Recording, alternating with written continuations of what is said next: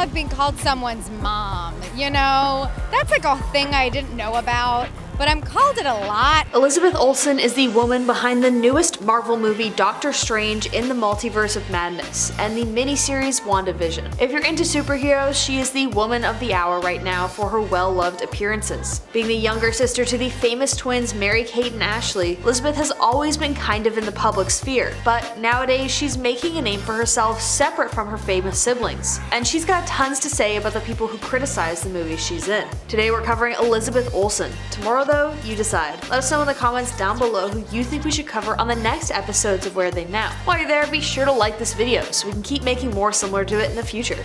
Let's get into it. Elizabeth Olsen was born in California, the middle child in a family of 6, with her older sisters being Mary-Kate and Ashley. She also has an older brother, a younger half-brother, and a younger half-sister from her parents' divorce. While her sisters were off doing their television show, Elizabeth would pop in every once in a while, but she did not want to be a main aspect of it. As a child, she did take acting classes and spent time at a musical theater camp. She did almost quit acting, however, when she saw how the media treated her sister, Mary-Kate's eating disorder in 2004. She saw how harsh the media could be to her sisters. Quote, "That was when the media was what I found to be extremely harmful to my sisters, and I thought I really didn't want to be in the industry. They turned 18 and what was going on in their life, I'm talking about Mary-Kate, was all over the news. They would follow us shopping and they would almost get us into car accidents because of the paparazzi, and I didn't want to be part of it. Luckily for us, however, she decided to continue pursuing her dreams and enrolled in NYU for theater arts. She also spent a semester in Russia at the Moscow Art Theater School.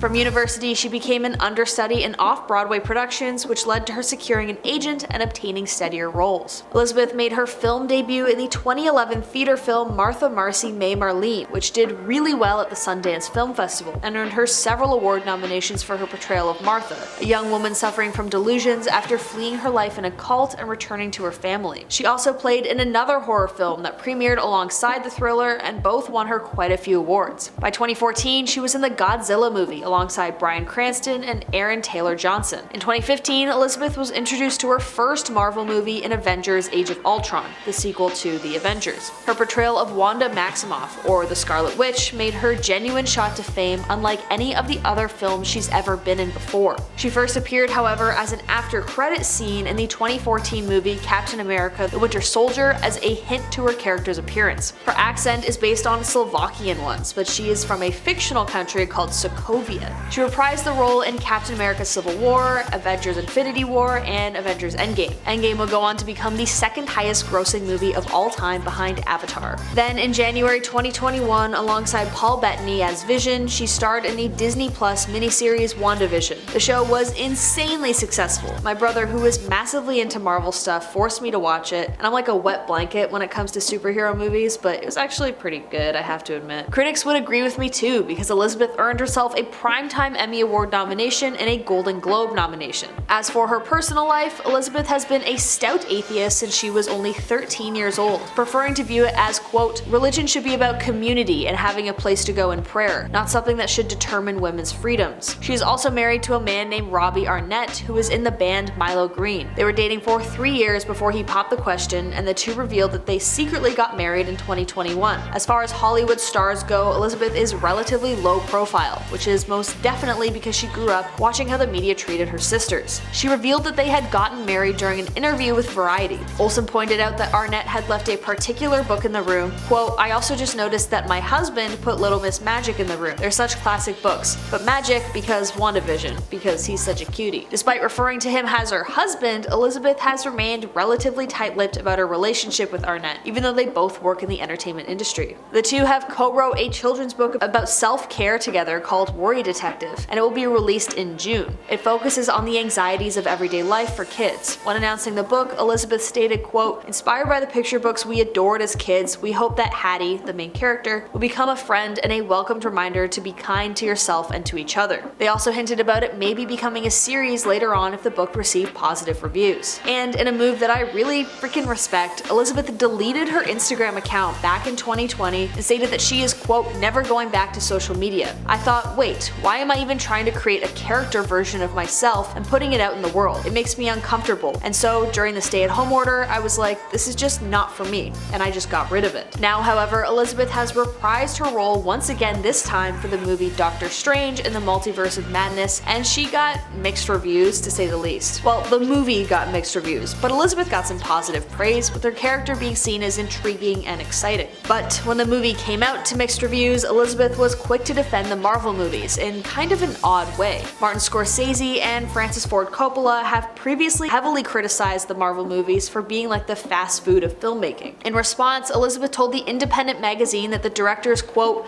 make the movies seem like a lesser type of art. I'm not saying we're making indie art films, but I just think it takes away from our crew, which bugs me. These are some of the most amazing set designers, costume designers, camera operators. I feel diminishing them with that kind of criticism takes away from all the people who do award-winning films that also work on these projects. She did, however, acknowledge that the movie's main intent is not to create a great film, but to make money, although she argues that that doesn't necessarily mean that the movie has to be bad. Quote, from an actor's point of view, whatever, I get it. I totally understand that there's a different kind of performance that's happening, but I do think throwing Marvel under the bus takes away from the hundreds of very talented crew people. That's when I get a little feisty about it. Coppola had stated prior to Elizabeth's comments, quote, we expect to learn something from cinema. We expect to gain something, some enlightenment, some knowledge, some inspiration. I don't know that anyone gets anything out of seeing the same movie over and over again. Martin Scorsese was kind when he said it's not cinema. He didn't say it's despicable, which I just say it is. I think I kind of see both sides, to be honest.